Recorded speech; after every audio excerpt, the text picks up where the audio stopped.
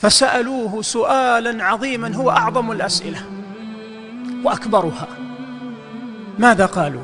قالوا: يا رسول الله، من أحب عباد الله إلى الله؟ الله أكبر.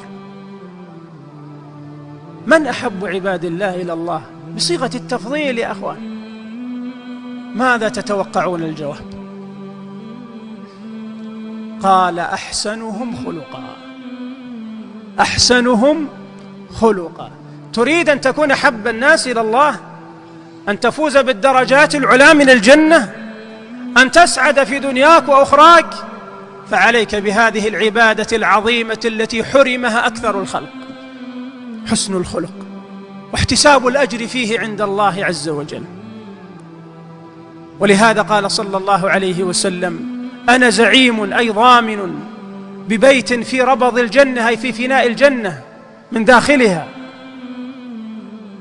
لمن ترك المراء أي الجدال وإن كان محقا.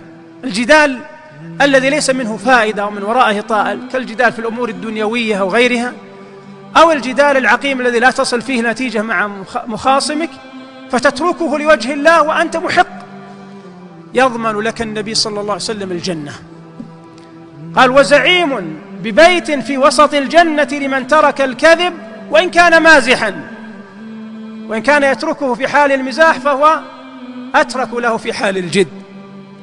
ثم قال: وببيت في أعلى الجنة لمن حسن خلقه.